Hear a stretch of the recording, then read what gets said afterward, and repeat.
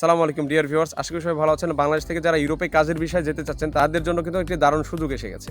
ইতিমধ্যে আপনারা জানেন ইউরোপিয়ান যে কনসুলেট অফিসের যে প্রতিনিধিগুলো, সেই প্রতিনিধিদের প্রায় সবগুলো প্রতিনিধি কিন্তু বাংলাদেশ সরকারের সাথে সাক্ষাৎ করেছে।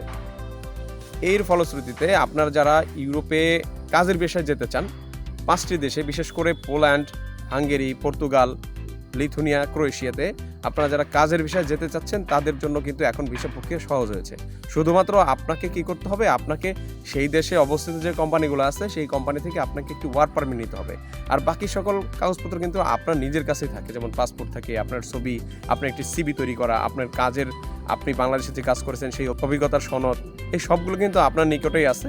শুধুমাত্র আপনি ওখান থেকে এইগুলো দিয়ে তাদের সাথে ইমেইলে যোগাযোগ করে বা যে কোনো উপায়ে আপনি যদি সেখান থেকে একটি ভ্যালিড ওয়ার্ক পারমিট সংগ্রহ করতে পারেন তাহলে কিন্তু আপনি সহজে ভিসা পেতে পারবেন। আশা করি এই ভিডিওর তথ্য আপনাকে ভিসা পেতে সহায়তা করবে।